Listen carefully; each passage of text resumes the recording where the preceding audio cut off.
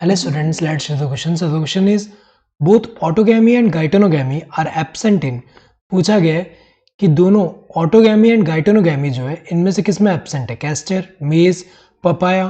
तो अगर हम देखें ऑटोगैमी का मतलब क्या होता है, ऑटोगैमी जो होता है इसमें क्या होगा कि जो प्लांट है इसमें जो एक ही फ्लावर के अंदर जब पॉलिनेशन हो रहा है, एक ही फ्लावर में अगर हम देखें जैसे यहाँ पे स्टेमन है और यहाँ पे क्या है, ये जो है पिस्टिल है यहाँ पे, तो पोलिन यहाँ से आके यहाँ पे लैंड कर रहे हैं, तो पॉलिनेशन एक ही फ्लावर के विद इन हो रहा है, तो इसको हम क्या बोलते हैं, ऑटोगैमी बोलते हैं।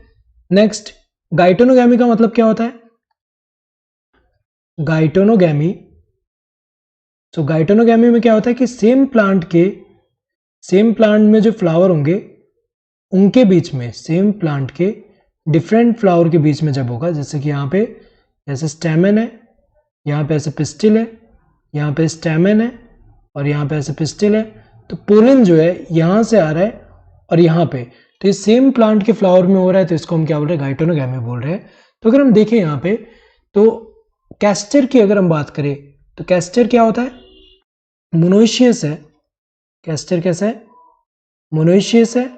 तो मोनोइशियस में क्या होगा, यहाँ पे अगर हम देखें तो कैस्टर का जो प्लांट है इसके अंदर मेल फ्लावर अलग है एंड फीमेल फ्लावर अलग है, लेकिन एक ही प्लांट में है।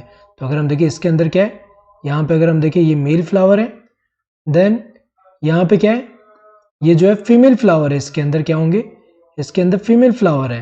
तो अगर हम देखें male flower and female flower है, तो यहाँ पे अगर हम देखें गाइटोनोगैमी तो पॉसिबल है, तो ये वाला तो नहीं है, इसमें एब्सेंट तो नहीं है।